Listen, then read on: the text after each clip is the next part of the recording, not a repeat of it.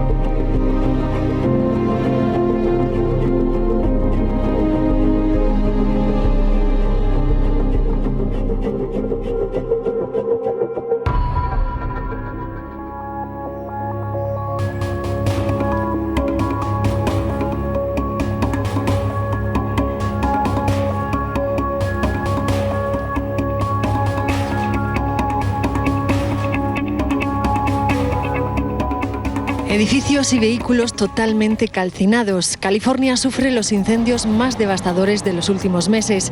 En 6 días el fuego ha obligado a 20.000 personas a abandonar sus casas.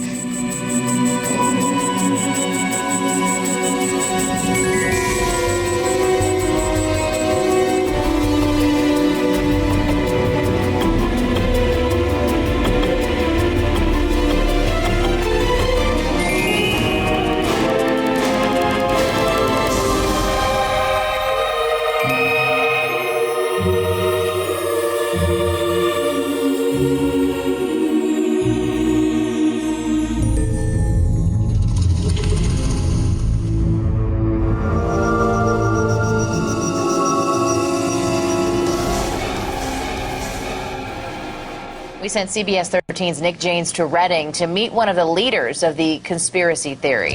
Dane claims the spraying he says is happening off the coast of California comes with an incredibly severe side effect. The heavy metal particles, he says, are blocking rainfall. You're talking about weather control. Yes, we are. Is that at all plausible? Is it even possible? Not really.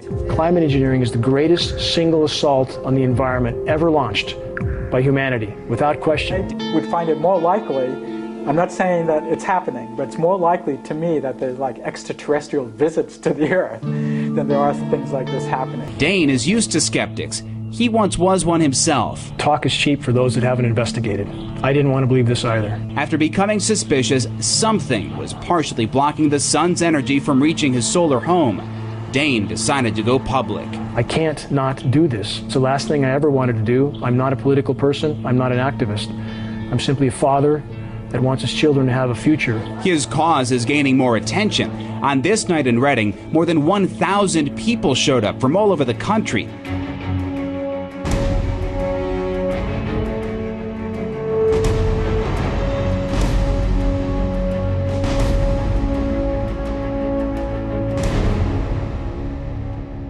My deepest and more sincere gratitude to everyone who has shown the courage to try to discover what the truth is. Because we're certainly not being told the truth. And we live in a society that has so far been run by tyrants and cowards who serve them.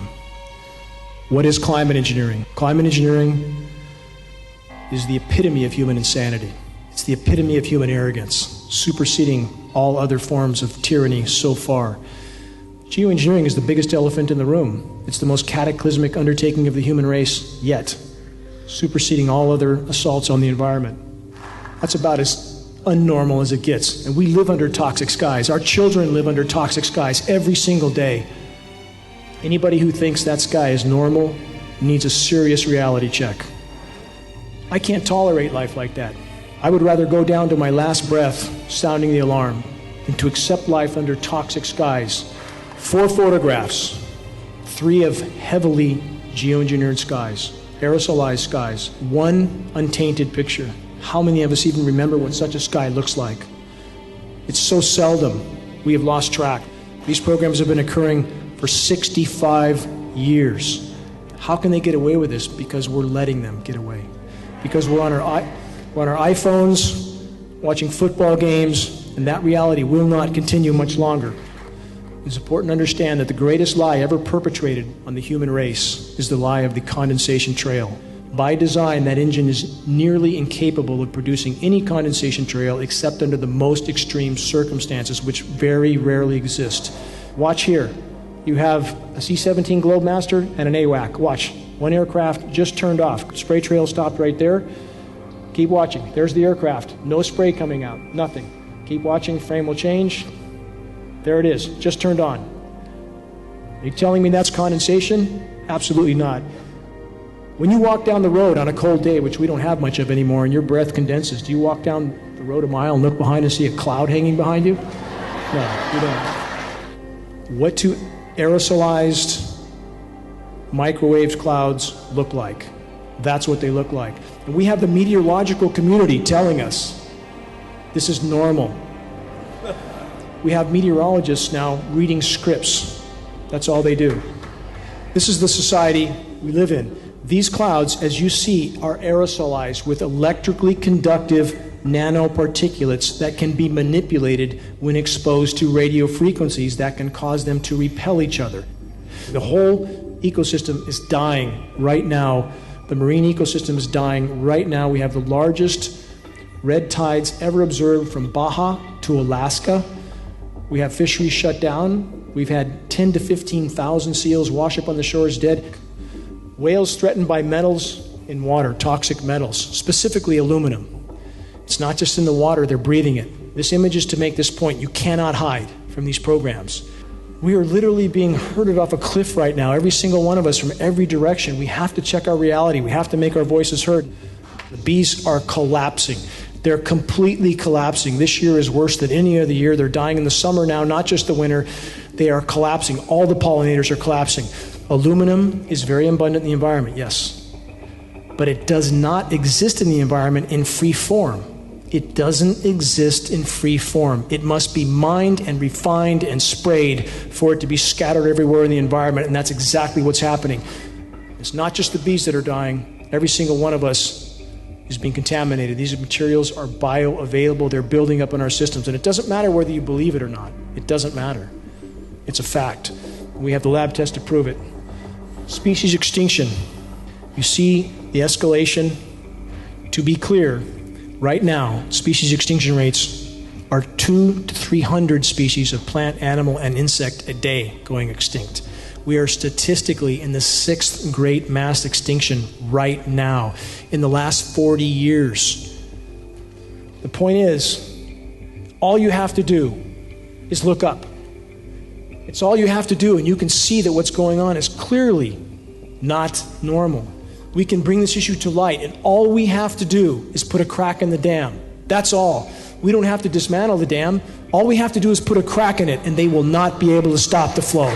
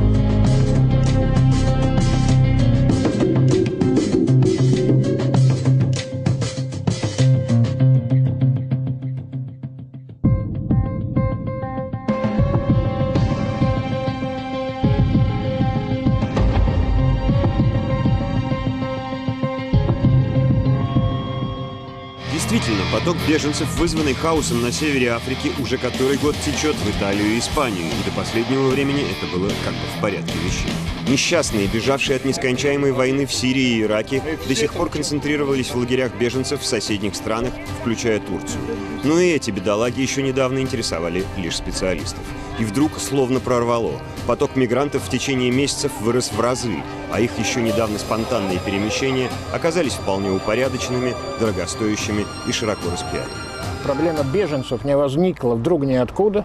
Это просто один из, скажем так, последовательных этапов программы правительства Соединенных Штатов Америки по дестабилизации политической ситуации как на Ближнем Востоке, так и в европейском континенте. Цель дестабилизации политической ситуации американцев в европейском континенте – это просто поставить полную зависимость весь европейский континент, Европейский Союз от политической воли Соединенных Штатов Америки. Это надо совершенно четко понять. И правда странно, что до сих пор ни один из лидеров единой Европы ни словом не обмолвился о причинах происходящего. Засуха, упрямство Асада в Сирии, кровожадность исламского государства в Ираке – все что угодно, кроме признания собственной слепоты. Их комплекс вины, прикрытый чудовищной фотографией утонувшего ребенка, взывает теперь к коллективной совести европейцев, ни словом не обмолвившись при этом о десятках тысяч детских жизней, унесенных войнами, развязанными или благословленными ими за последние 2 десятилетия. Если мы посмотрим на ситуацию вокруг Европы, то увидим, что 12 лет спустя, после того, как американцы принесли в Ирак демократию на своих штыках, мы имеем миллионы потенциальных иммигрантов оттуда. То же самое с Сирией. За 3 года войны, которую среди прочих подстрекают и власти нескольких стран Евросоюза, у нас появились еще миллионы, не говоря уже о Ливии. Другими словами, мы прежде всего должны перестать подстрекать войну. Хотите решить вопрос мигрантов, взламывающих сейчас Европу со стороны Балкан? Остановите войну в Сирии. Мы же сами провоцируем это миграционное цунами, а потом жалуемся. Где же логика? Нелегальная миграция идет сейчас по 4 основным направлениям. Сенегал, Мавритания, Западная Сахара и Марокко формируют поток через Испанию. Конечная цель этих выходцев из бывших французских колоний, естественно, Франция. Туда же устремились граждане Алжира, Туниса и Ливии, плывущие через Средиземное море к берегам Италии и Греции. Последним ударом для Европы стал новый маршрут. Не менее трети сегодняшних мигрантов двинулась через Сирию и Турцию, в Грецию и далее через Балканы в Германию. Действительно, первый же удар миграционной волны поднял на поверхность все глубинные противоречия внутри Евросоюза. Помимо финансово-экономических проблем, миграционный кризис неизбежно обострит многочисленные социальные, этнические, культурные и религиозные внутренние разногласия. Прежде всего с исламом, приверженцы которого с каждым годом становятся все более влиятельной силой во многих европейских странах. Все прекрасно понимают, что если финансовый кризис сильно накренил Европу влево, то бездумный прием на борт миллионов мигрантов неизбежно качнет ее вправо.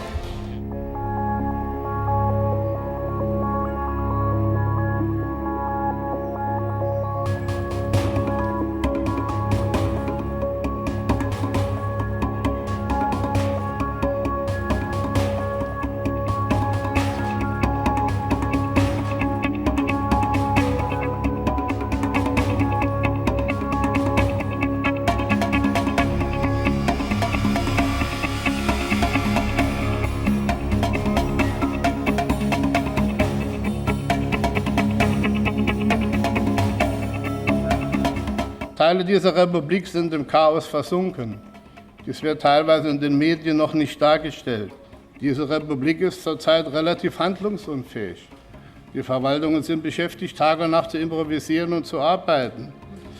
Wir werden alle gefordert sein. Wenn jemand glaubt, diese Integration geht problemlos, der irrt. Wir haben sehr viele Negativerfahrungen sammeln müssen. Ich habe auch lange überlegt, ob ich darüber rede. Aber zur Wahrheit gehört die ganze Wahrheit. Kommen Sie mal zu uns ins Lager und schauen Sie mal, mit welcher Anspruchsmentalität der ein oder andere seine Rechte formuliert. Schauen Sie mal, wie man um die Lebensmittel kämpft, obwohl man nicht an der Reihe ist. Wir haben leider Gottes auch Menschen, die sich nicht an die Gesetze halten. Hauptproblem in diesen Dingen, was den Verstoß gegen die Gesetze angeht, ist auch eine steigende Aggressivität. Wenn unsere Frauen das Essen nicht mehr ausgeben können, weil sie unrein sind, und die anderen das nicht essen wollen, dann schafft das Probleme. Diese innere Sicherheit und Ordnung ist in einigen Bundesländern gefährdet, weil kein Mensch weiß, wie viele Leute da sind. Sie sehen, Es kommt einiges auf uns zu.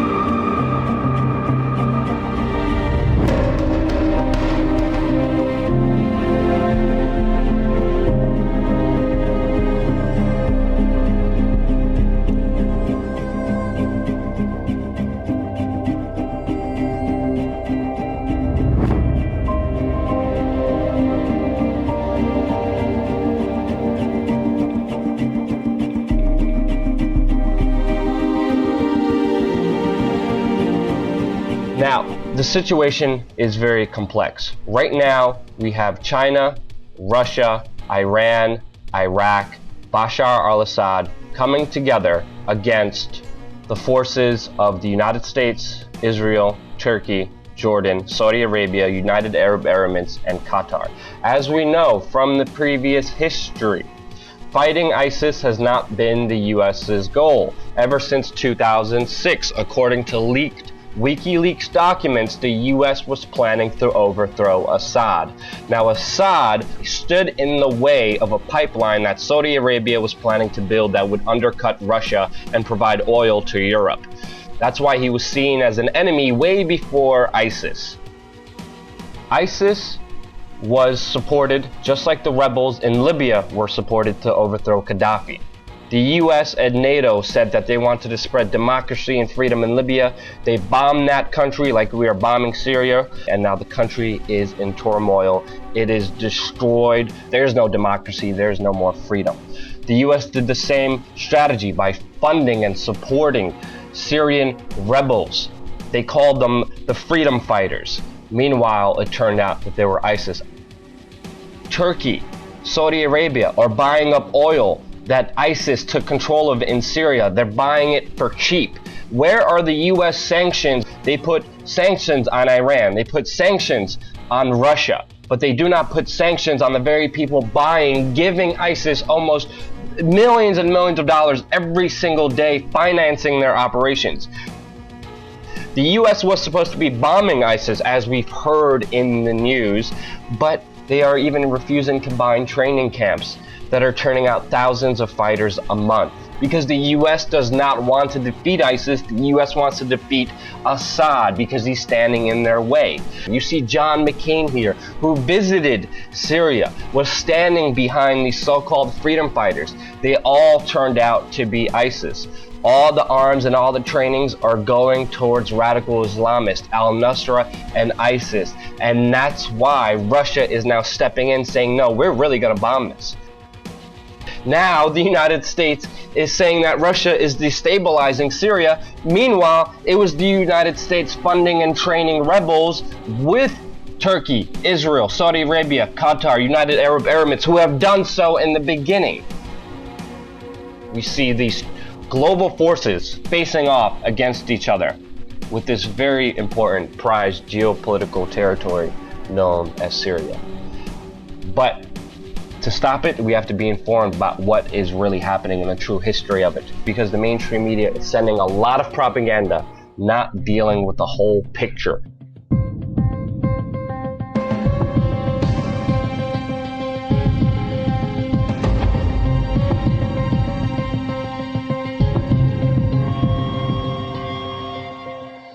When Russia does exactly what America does, Russia is a bad guy. When America does, it's a good guy. I mean, it's almost like the Americans are saying, you know, why are you launching airstrikes against terrorists? Only we are allowed to do that. I mean, that's the attitude, and basically it kind of proves a supposition that many Russians would tell you, that no matter what Russia does, I mean, if Russia was to find a cure for cancer in the morning, the Western media would still find a way to make it look like a bad thing.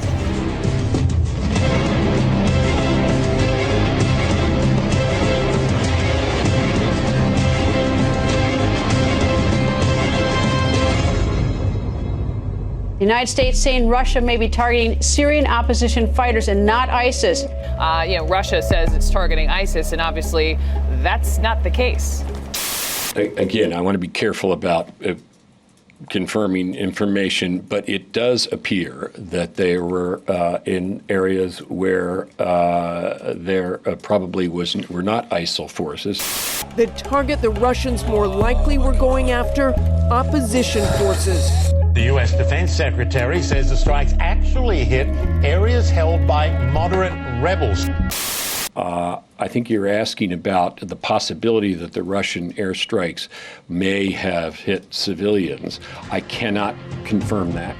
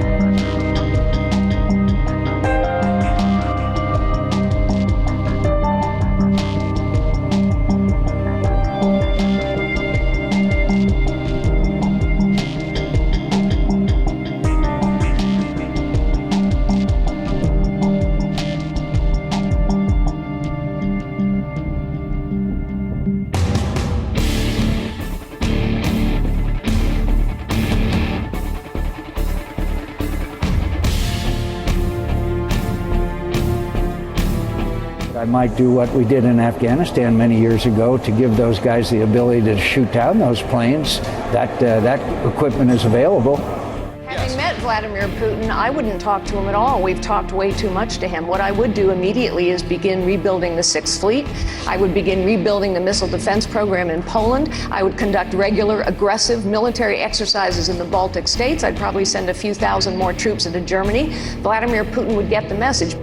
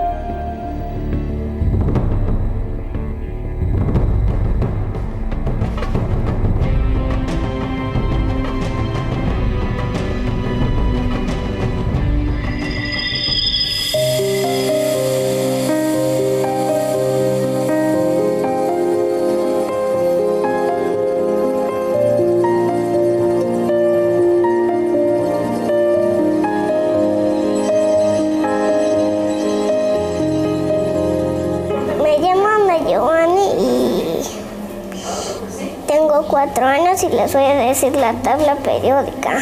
Hidrógeno, helio, litio, berilio, boro, carbono, nitrógeno, oxígeno, flúor, neón, sodio, magnesio, aluminio, silicio, fósforo, azufre. Con ellos se puede hablar de cualquier tema.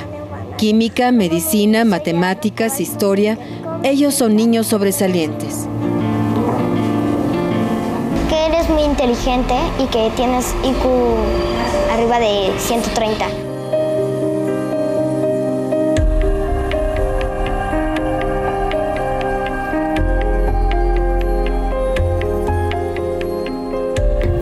You're in year 8. How is school going for you? Do you think you may? Is it too easy for you as well? Do you think you might have to skip a grade or two? Well, I'm really enjoying school at the moment, and I don't think I need to skip a grade. The only person that needs to challenge you is yourself. So you don't need other people to do that for you. It's in you. So you've got to challenge yourself, I think.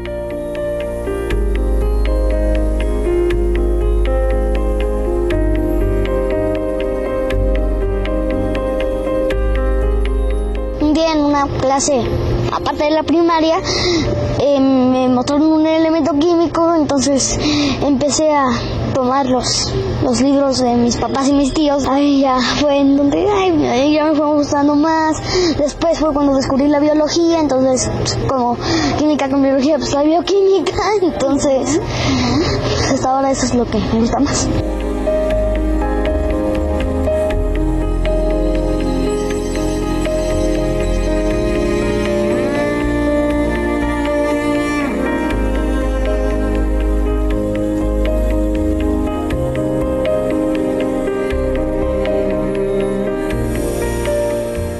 La niña psicóloga más joven del mundo y quería preguntarte cómo te sientes. Bueno, sí me siento muy feliz porque siento que de esta manera tengo más tiempo para todavía prepararme más, porque muchos piensan que ya que acabé mi licenciatura voy a trabajar, pero no es cierto. Yo voy a seguir preparándome para en un futuro ya empezar a trabajar. Y por eso estoy muy feliz, porque así tengo tiempo para hacer, bueno, yo apliqué una maestría en la cual ya voy a empezar, y un doctorado, luego quiero aplicar para un doctorado y luego tal vez otra carrera. Hasta que... No paras.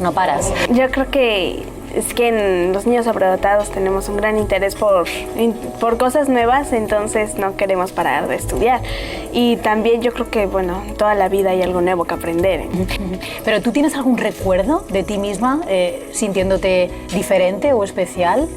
Bueno, muchos niños se dan cuenta cuando ven que son diferentes porque les hacen bullying, no los rechazan y los aíslan, entonces ahí es cuando muchos niños se dan cuenta que algo les pasa con ellos. Pero como yo nunca estuve en un sistema escolarizado, no sufriste eso. No. Tienes 13 años y aparte de ser psicóloga, aparte practicas taekwondo, estás aprendiendo chino, mandarín, hablas varios idiomas, entre ellos latín, cosa que me ha llamado mucho la atención. Pintas al óleo, insisto, ¿el día tiene más horas para una niña de 13 años? ¿O cómo lo haces? ¿De dónde sacas el tiempo? Bueno, no tiene más horas, porque me duermo a las 10 y me despierto a las 7, entonces no es mucho tiempo el que tengo, pero lo clave está en organizar actividades. Es que muchos piensan que estoy encerrada estudiando.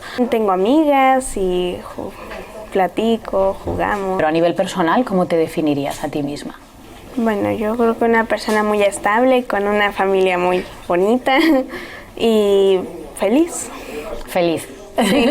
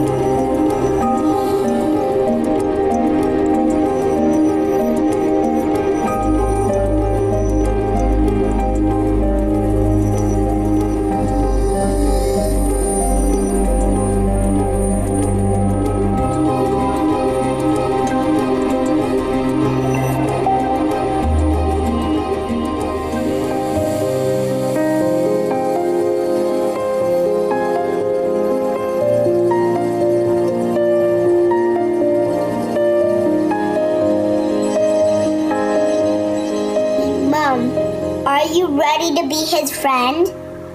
Yes. Just try your best. I don't want you and my dad to be replaced and meanies again. I want you and my dad to be placed as settled and be friends. I'm not trying to be mean. I just want everyone to be friends. And if I can be nice, I think all of us can be nice too. I'm not trying to be mean, but I'm trying to do my best in my heart. Nothing else than that. And if that's for my dad and you, Mom, I think you can do it. I think you can settle your mean heights down a little to short heights. Then it's both, okay? I'm not trying to be mean. I'm not trying to be a bully. I'm trying to be steady on the floor, not way down, on straight, on the middle where my heart is. My heart is something. Everyone else's heart is something too. And if we live in a world where everyone's being mean, everyone's gonna be a monster in their future. What if there's just a little bit of persons and we will eat them, then no one will ever be here. Only the monsters in our place. We need everyone to be a person. Everyone, including me and my mom, everyone. I just want everything to be settled down. Nothing else. I just want everything to be good as possible. Nothing else.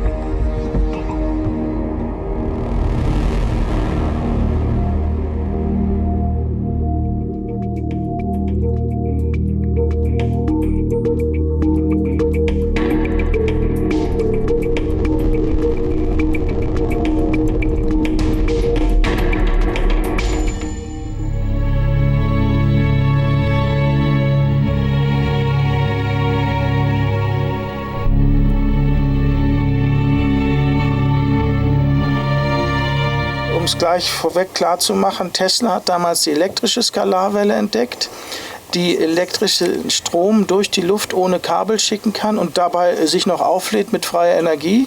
Das ist auch der Hauptgrund, weswegen die Skalarwelle dann unterdrückt worden ist.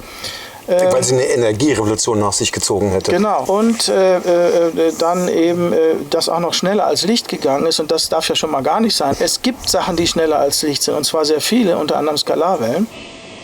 Die große Entdeckung von Professor Meil war dann vor über 20 Jahren, es gibt nicht nur die elektrische Skalarwelle, die Tesla entdeckt hat und vorgeführt hat, sondern auch die magnetische Skalarwelle, die sich in Richtung des magnetischen Feldzeigers ausbreitet. Und das ist die biologisch relevant ist, die wir in unserem Körper benutzen. Die ganze Zellkommunikation arbeitet damit. Was wirklich passiert, ist, über Lichtgeschwindigkeit korrespondieren die Zellen miteinander und geben Information und Energie weiter. Und deshalb hat man dann angefangen, andere technische Wege zu beschreiten und sich in unser Gehirn mit Strahlen einzuklinken. Die Leute, die Mind-Control machen, müssen sich an unseren Biocomputer anpassen. Die haben natürlich schon lange herausgefunden, dass er mit magnetischen Skalarwellen arbeitet.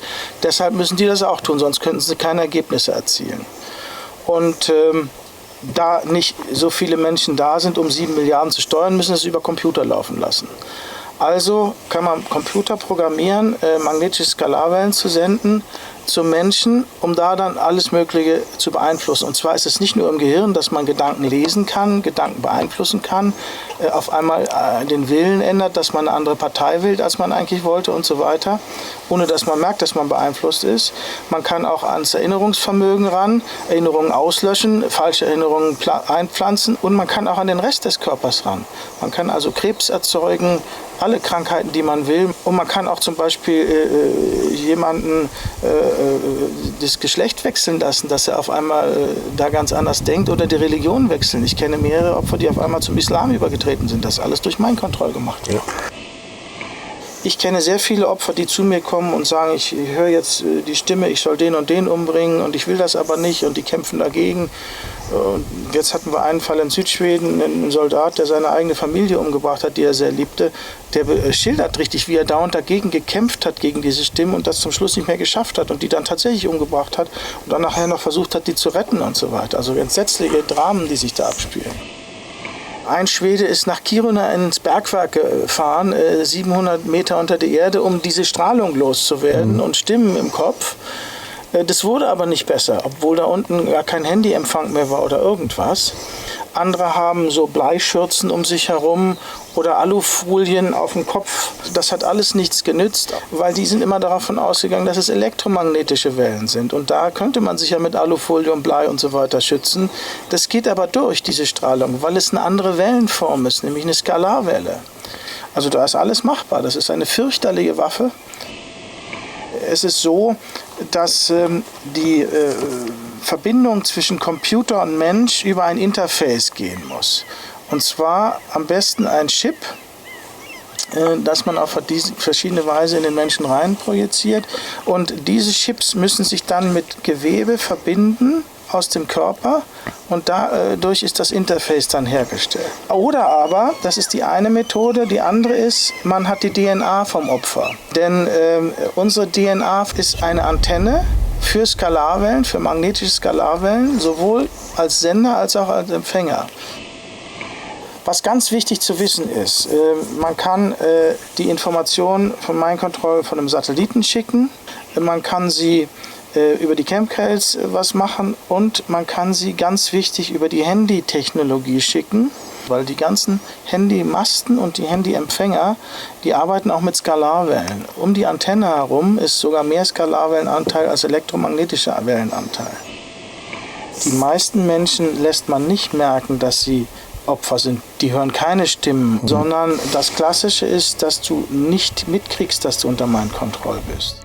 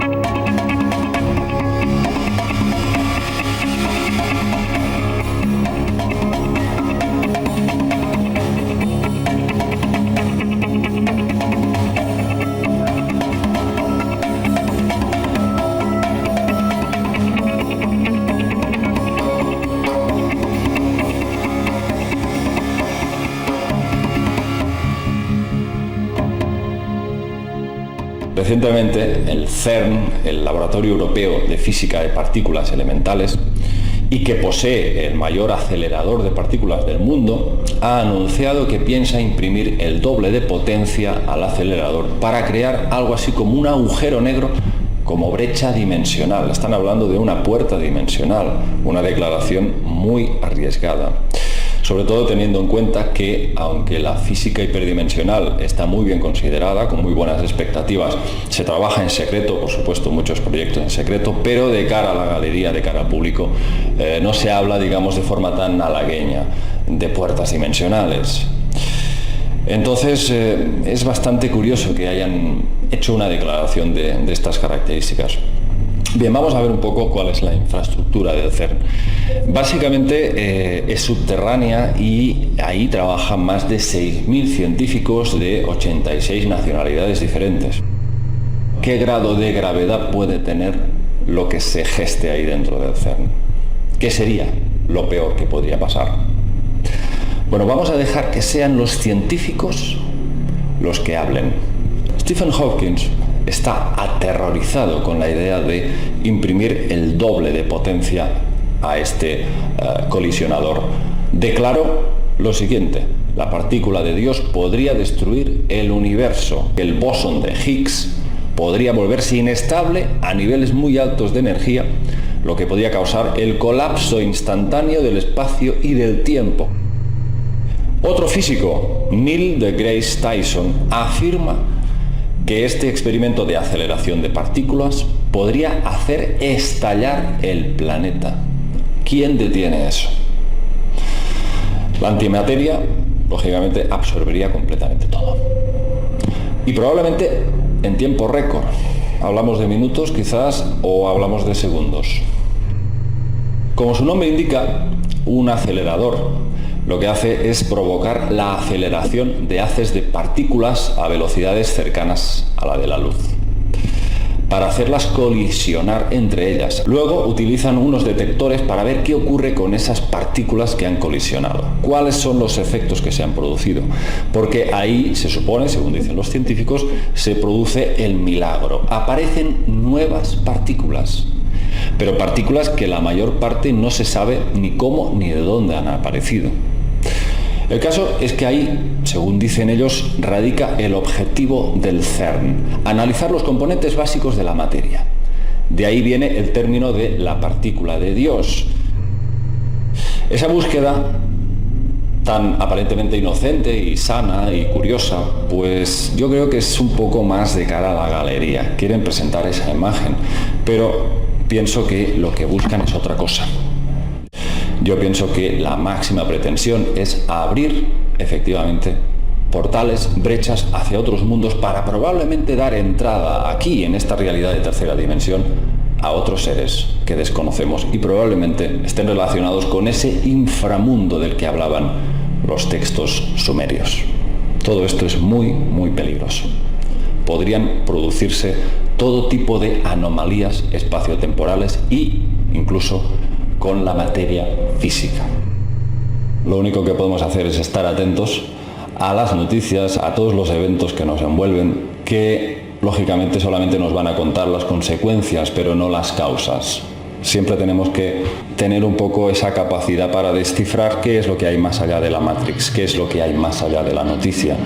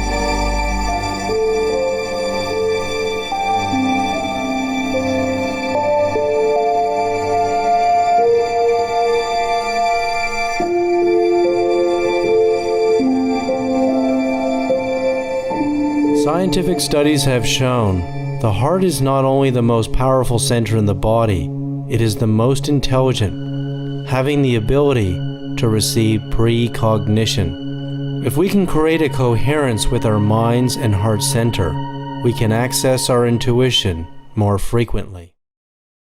The heart is an electrical organ. It produces by far the strongest source of bioelectricity in our body, up to 40 to 60 times stronger than the second most powerful source, which is the brain.